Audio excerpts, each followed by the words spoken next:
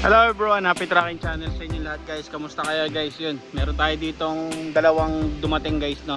6R10 na freezer van at saka 6WF1 na inline, no. Kagaya nito guys, so ayan, ang gandang inline nito, bagong dating, no. Ayan, wing van, 12-wheeler wing van, no. So pakita ko sa inyo guys, right-handed pa siya, ayan, no. So ito kanyang chassis, ang ganda, oh. May karga pa nga siyang dump truck, eh. Yan, may dalawang, ilang liters to? 300 to bali 600 liters tag isa. And as usual, airbag yan guys, no. Bagong dating. Yan, sariwa yung chassis nya guys. At ito, yung flooring. So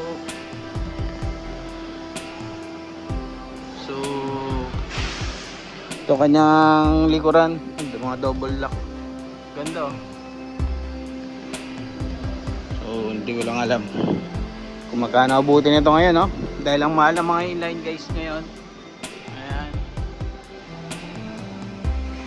So hopefully hindi tayo ma-copyright dun sa background music.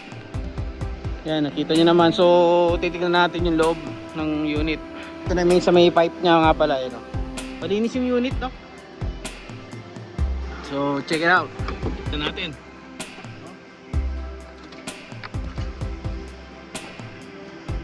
So, ilan ang tinakbo?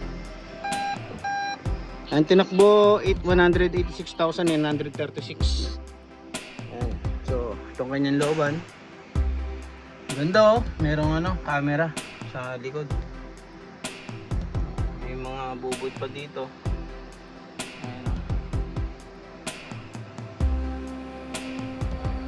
Manual transmission.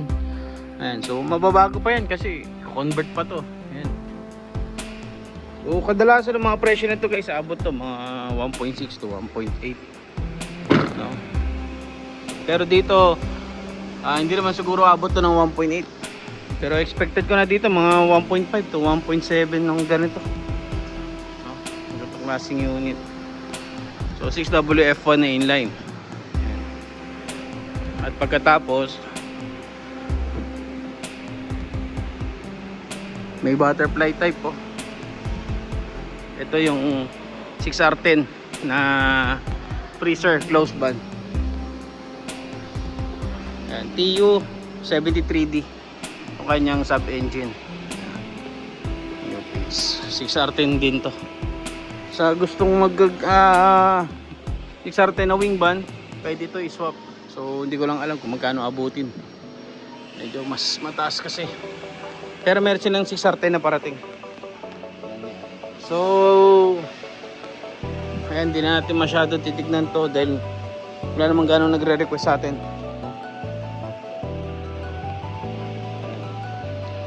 Itong kanyang chassis, medyo ganito talaga pag mga freezer, no? Yung tama ng chassis talaga kinakakalawangin.